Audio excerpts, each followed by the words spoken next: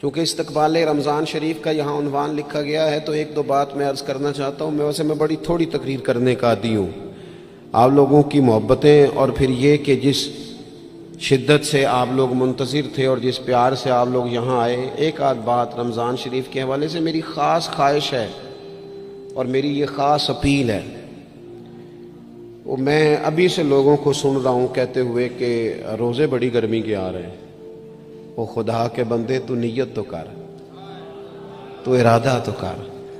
رمضان شریف میں 3-4 چیزوں کا خاص خیال رکھنا ہے ہم نے، خاص۔ ایک تو رمضان شریف میں قرآن پاک سے خاص محبت فرمائے، شہر رمضان الذی انزل فیہ القرآن، خاص محبت۔ الحمدللہ ہمارے ہاں قرآن کے عالم بھی موجود ہیں، حافظ بھی موجود ہیں، بلکہ مسجدیں کم ہوتی ہیں، حافظ زیادہ ہوتے ہیں۔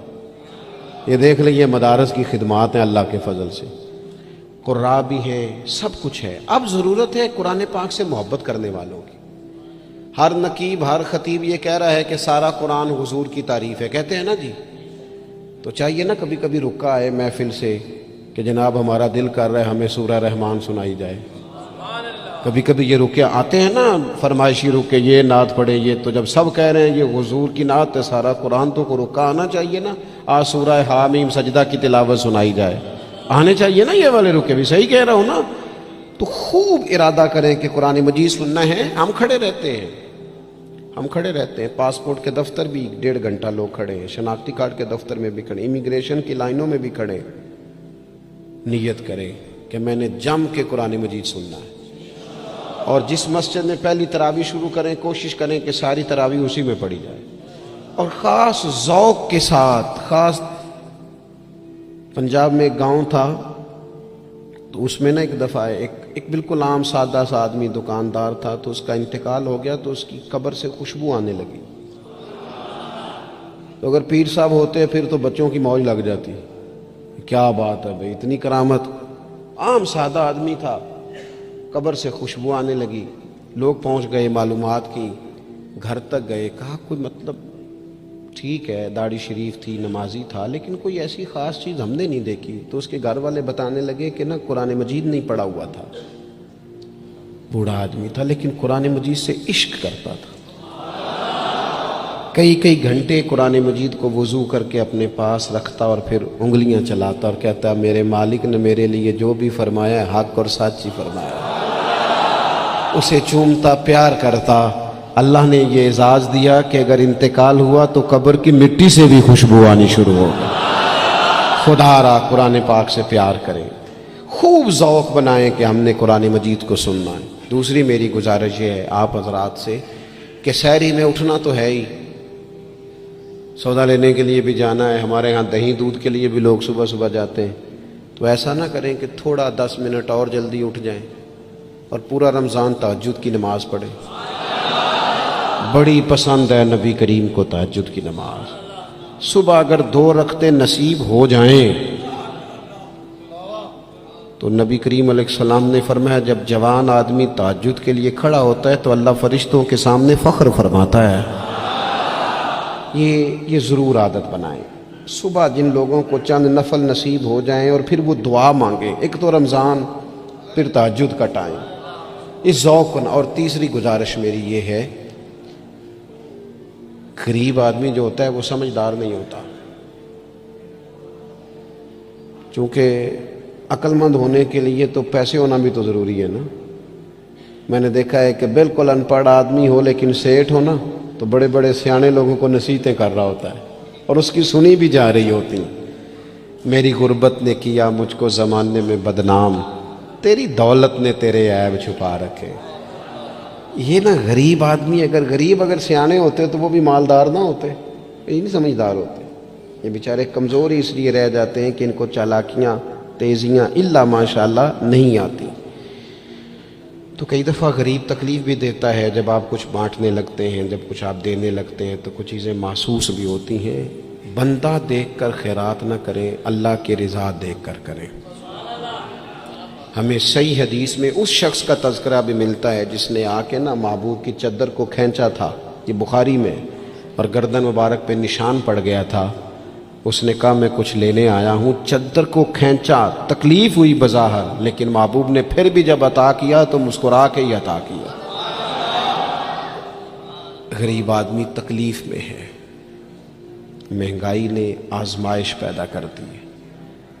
تھوڑے سے امیر لوگ اگر اپنے اخراجات میں کمی لائیں، اگر جو عید پر 6 جوڑے بنواتا ہے وہ 2-4 سے گزارا کر لے، تھوڑا سا اپنے اخراجات کو کم کر کے صرف اپنے رشتہ داروں میں، اپنے دائیں بائیں تھوڑی سی توجہ کریں۔ اور ایک بات کا ضرور خیال فرمائیں، پردہ پوشی بہت بڑا حسن ہے، بہت بڑی خوبصورتی ہے۔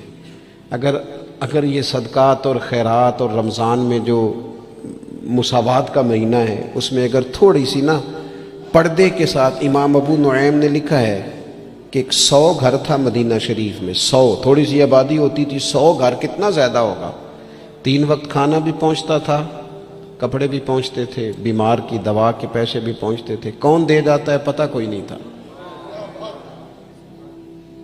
پھر اچانک سب کے گھر کھانا آنا بند ہوا تو لوگ پریشان ہوئے، ایک دوسرے سے پوچھنے لگے تیرے گھر کب سے نہیں آیا؟ کہا 18 محرم سے۔ تیرے گھر کب سے نہیں آیا؟ اسی شام سے۔ تیرے گھر 18 سے۔ اب جب سب متفق ہوئے تو پتہ چلا کہ 18 محرم کو امام زین العابدین کا انتقال ہوا۔ 100 گھروں میں کھانا جاتا تھا پر پتہ نہیں تھا دے کون جاتا ہے، کچھ تھوڑا سا نا۔ کچھ خبریں ایسی ہیں جو حضرت عمر بن عبدالعزیز صبح اپنے خادم کو نا ایک سارے دن کے کاموں کی لسٹ دیا کرتے تھے، تو ایک دن لسٹ دی تو وہ چاہیے تو یہ تھا نا کہ اس پہ لکھا ہوتا تھا کہ 11 بجے محکمہ تعلیم والوں کو بلانا، ظہر کے بعد دفاع والوں کو بلانا، شام کو صحت والوں کو بلا لینا۔ وہ لسٹ جو دی تھی اس پہ لکھا تھا کہ کل 5000 درود پاک کم رہ گیا تھا، آج زیادہ پڑھنا ہے۔ وہ فلاں بیوہ کے گھر میں راشن پہنچانا ہے۔ وہ 2-3 لائنیں ابھی پڑھی تھیں کہ وہ حضرت نے چھین لی، فرمایا یہ تو میری ذاتی ہے۔ تو مشیر کہنے لگا حضور یہ کب کرتے ہیں، کبھی بتایا نہیں۔ تو آپ فرمانے لگے کچھ پیسے چھپا کے رکھے ہوتے ہیں لوگوں نے کہ مشکل پڑ گئی تو کام آئیں گے، میں نے بھی کچھ نیکیاں سب سے چھپائی ہیں، قیامت میں مشکل پڑ گئی تو اللہ کے کرم سے میرے کام آ جائیں گے۔ موجود نہ ہوں تو زندگی کا وقت گزرے بھی تو ذرا پھیکا پھیکا گزرتا ہے، اگر دن بیت بھی جائے تو کچھ تھوڑا سا بوجھ چھوڑ جاتا ہے۔ کچھ چیزیں زیادہ ضروری ہوتی ہیں وقت کو گزارنے کے لیے، اس طرح کھانا بڑا ضروری ہے، پینا اور سونا بڑا ضروری ہے، اسی طرح زندگی گزارنے کے لیے محبت کا ہونا بھی بڑا ہی ضروری ہے۔ گھر کے اندر ساری نعمتیں موجود ہوں، بچے بھی ہوں، رزق بھی وسیع ہو، گھر بھی اپنا ہو اور کشادہ ہو، ہر چیز موجود ہو، بس میاں بیوی کے درمیان محبت موجود نہ ہو، ساری چیزوں کی موجودگی میں وقت گزارنا مشکل ہو جاتا ہے۔ آپ کی نوکری آپ کے اپنے شہر میں ہو، آنا جانا آسان ہو، سیلری پیکج بڑا اچھا ہو، لیکن جس جگہ آپ ڈیوٹی کرتے ہیں، جاب کرتے ہیں، وہاں جو ارد گرد لوگ رہتے ہیں ان سے محبت کا رشتہ نہ ہو تو ساری سہولیات کے باوجود وہاں جانے کو طبیعت نہیں چاہتی۔ اور میں نے دیکھا ہے کہ اگر کسی جگہ کام کرنے والوں کے بیچ آپس میں محبت کا رشتہ ہو جائے تو لوگ ترقی نہیں لیتے، کہتے میں یہی ٹھیک ہوں، مجھے ترقی نہیں لینی، میرا ذرا دوستوں سے دل لگا ہوا ہے۔ محبت زندگی کی بڑی اہم ضرورت ہے۔ ہم نے یہ کیا ہے کہ کچھ تو ہمارا خارجی ماحول ہمارے اوپر اثر انداز ہوا ہے، اور کچھ ہم نے لوگوں کے رویوں کو دیکھ دیکھ کر اپنے بھی رویے تبدیل کر لیے۔ جب دیکھا کہ کچھ لوگ تلخ ہیں، ان کے مزاج میں تلخی ہے، تو شاید ہمارا عمل ایسا نہیں تھا، لیکن رد عمل کے طور پر ہم نے بھی وہی انداز اختیار کر لیا۔ میں سفر کرتا رہتا ہوں، روڈ پہ ہم جا رہے تھے تو ایک گاڑی والے نے پہلے تو کراس غلط کیا، اور پھر تنقید بھی کر گیا. کہنے لگا اگر چلانا نہیں آتی تو کسی سے سیکھ لو. غلطی بھی اس کی ہے اور پھر اس نے تنقید بھی کر ڈالی. تو ڈرائیور جو گاڑی چلا رہے تھے ان کا موڈ بڑا خراب ہو گیا. تو میں نے تھوڑے فاصلہ طے کرنے کے بعد ان سے کہا کہ ذرا گاڑی کھڑا کرنا. انہوں نے کھڑی کر دی. تو میں نے کہا میاں اس نے تو جو کرنا تھا وہ کر کے چلا گیا, اب ہم نے تو سفر کرنا ہے کہ نہیں؟ ہم لوگوں کی تلخیاں اٹھا کے اپنے ہاں کیوں لے آئیں؟ اگر کسی کا رویہ درست نہیں ہے تو اس کی بنیاد پر ہم ان ساری پریشانیوں کو اپنے ہاں کیوں لائیں؟ جب محبت چھوٹ جاتی ہے, جب ہمارے لہجے شگفتہ نہیں رہتے, جب گفتگو دھلی ہوئی نہیں رہتی, جب چیزوں پر ہلکی ہلکی گرد پڑتی ہے اور ماحول کے اندر گھٹن پیدا ہوتی ہے, نتیجہ یہ نکلتا ہے کہ وہ سارا کیف دھندلا سا جاتا ہے. دین اسلام کا اگر کوئی دوسرا نام رکھنا چاہے تو وہ دین محبت ہے. ہمیں یہ کہا گیا ہے کہ تم ٹوٹ کر پیار کرو. کس سے؟ اللہ تعالیٰ سے. والذین آمنوا اشد حبا للہ. فرمایا وہ لوگ جو ایمان لے آئے وہ اپنے رب سے شدید محبت کرتے ہیں. شدید پیار کرو اپنے مالک سے, شدید. یہ جو شکر ہوتا ہے نا, شکر, یہ اللہ کی محبت پیدا کرتا ہے. اور یہ جو شکوہ ہوتا ہے نا, یہ اس محبت سے دور لے جاتا ہے. یہ جو صبر ہوتا ہے نا, یہ اللہ کے فیصلوں پر راضی رہنے کا حوصلہ دیتا ہے. انسان ساری تکلیفوں کو اپنے مالک کی جانب سے جب سمجھتا ہے, صبر کرتا ہے, تو اس میں حوصلہ, طاقت اور ہمت آتی. وہ اللہ تعالیٰ کی محبت میں جب اس کو پوری طرح برداشت کرتا ہے تو اس کے اندر اللہ کی محبت آتی ہے. اللہ کی تقسیم ہے, کسی کو امیر بنایا, کسی کو مالی طور پر وہ گنجائش نہ دی. جب رب سے پیار ہوتا ہے نا تو پھر انسان کہتا ہے جو اس نے میرے حق میں بہتر سمجھا تھا مجھے عطا کر دیا. یہ جو صوفیاء ہے نا, صوفیاء, ہمارے ہاں تو بعض چیزوں کا مطلب بھی بالکل الٹ دیا گیا ہے. صوفی کی صرف یہ ذمہ داری نہیں تھی کہ بابا صاحب بیٹھے ہیں تو آپ جائیں گے تو بے اولاد ہیں تو فوراً دعا کریں گے تو اولاد ہو جائے گی. ان کی فقط یہ ڈیوٹی نہیں تھی کہ وہ تعویذ دیں گے تو کام چل جائے گا, یہ بھی وہ کریں گے. لیکن اہل تصوف کی تو اصل ذمہ داری یہ تھی کہ راہ سلوک کے مسافر جب ان کے پاس آئیں اور آ کے کہیں کہ پریشان بھی ہوں, مقروض بھی ہوں, بے اولاد بھی ہوں, بیمار بھی ہوں, تکلیف میں بھی ہوں, جب لوگ اپنے دکھ سنائیں تو وہ ان کے لیے دعا بھی کریں اور ان کے دل میں اللہ رسول کی محبت ایسی پیدا کریں, ایسی پیدا کریں کہ بندہ رب کی رضا پہ راضی رہنا سیکھ جائے. محبت جو ہے نا, محبت یہ مداوا ہے. خواجہ نظام الدین صاحب محبوب الہی رحمت اللہ علیہ کے مرید نے پوچھا کہ حضرت حالات بڑے خراب ہیں, لوگ بڑا تنگ کرتے ہیں, رشتہ دار بھی ستاتے ہیں, دوست بھی بے وفائی کر جاتے ہیں, مخلص ہو کے چلتے ہیں لیکن سامنے سے نتیجہ کچھ نہیں نکلتا. حضور ان مسائل کا کوئی حل؟ تو حضرت فرمانے لگے ان کا حل یہ ہے کہ تو محبت کرنی شروع کر دے. تو سارے مرید بسم اللہ کہہ کے بات قبول نہیں کرتے. کچھ کے پاس کئی جواب بھی ہوتے ہیں, وقتی طور پہ ہاں کر بھی جائیں لیکن اپنے اندر سے وہ جھگڑا بھی کر رہے ہوتے ہیں. تو اس نے کہا حضور وہ بات تو آپ کی ٹھیک ہے لیکن اگر محبت سے حل نہ ہو مسئلہ تو میں تو پھر محبت کروں گا, لیکن اگر اس سے حل نہ ہو تو حضرت فرمانے لگے نسخہ یہی ہے, اگر حل نہ ہوا تو ذرا خوراکیں زیادہ کر دینا, ذرا تھوڑا سا اس میں اضافہ کر دینا, 2 ٹائم کی بجائے 3 ٹائم کر لینا محبت, پھر 6 ٹائم کر لینا. اسی کو بڑھانا ہے نسخہ.